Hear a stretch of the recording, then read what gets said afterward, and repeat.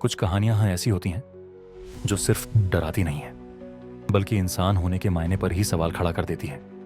जरा सोचिए, एक ऐसा आदमी जो यह मानता हो कि इंसानी दिमाग खाने से उसकी बुद्धि और ताकत बढ़ती है, जो जंगलों में लोगों को मारकर उनकी खोपड़ियां अपने घर में संभाल कर रखता हो।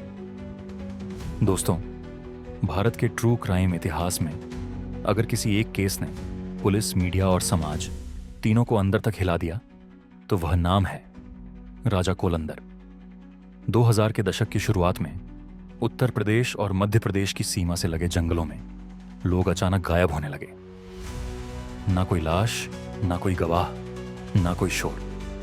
ज्यादातर लोग ऐसे थे जिनकी गुमशुदगी कागजों में दर्ज तक नहीं होती थी। इसी वजह से पुलिस ने शुरुआत में इसे जंगल की घटनाएं मानकर नजरअंदाज कर दिया। लेकिन यह शांति ज्यादा देर तक नहीं रही। राजा कोलंदर का असली नाम था राम निरंजन कोल। उसका जन्म 1962 के आसपास प्रयागराज निल्ले में हुआ था। वह कोल आदिवासी समुदाय से आता था।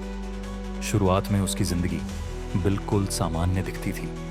वह कुछ समय तक सरकारी ऑर्डिनेंस फैक्ट्री में ड्राइवर और कर्मचारी के तौर पर काम करता रहा।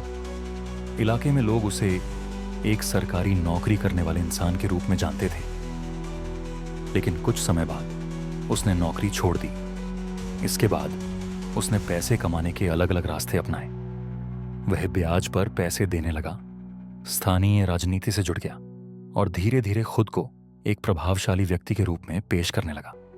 उसके पास जमीन थी, एक फार्म हाउस था और आर्थिक रूप से वह आसपास के लोगों से अलग दिखने लगा। यही वजह थी कि लोग उसे सम्मान से राजा कहने लगे। धीरे धीरे यह नाम उसकी पहचान बन गया, राजा कोलंदर। उसकी शादी हो चुकी थी। उसकी पत्नी और बच्चे उसी जंगल के पास उसके साथ रहते थे। लेकिन उसके परिवार में भी कुछ बातें बेहद अजीब। उसने अपने बच्चों के नाम रखे अदालत, जमानत और आंदोलन। मनोवैज्ञानिकों के अनुसार यह नामकरण उसकी मानसिक स्थिति की ओर इशारा करता है। वह खुद को सिर्फ इंसान नहीं बल्कि राजा, न्याय देने वाला और सबसे ऊपर बैठा व्यक्ति मानने लगा था। सब कुछ तब बदल गया जब साल 2000 में प्रयागराज के पत्रकार धीरेन्द्र सिन्हा अचानक लापता हो गए। यह गुमशुदगी बाकी मामलों से अलग थी। परिवार ने आवाज उठाई, मीडिया ने सवाल पूछे और पहली बार पुलिस पर गंभीर जांच का दबाव बना। जांच के दौरान मोबाइल कॉल रिकॉर्ड्स देखे गए। आखिरी बातचीत के नाम खंगाले गए। इन्हीं रिकॉर्ड्स में एक नाम बार बार सामने आया, राम निरंजन कोल। उस समय तक वह कोई अपराधी नहीं था, लेकिन पुलिस को कुछ बातें अजीब लगीं।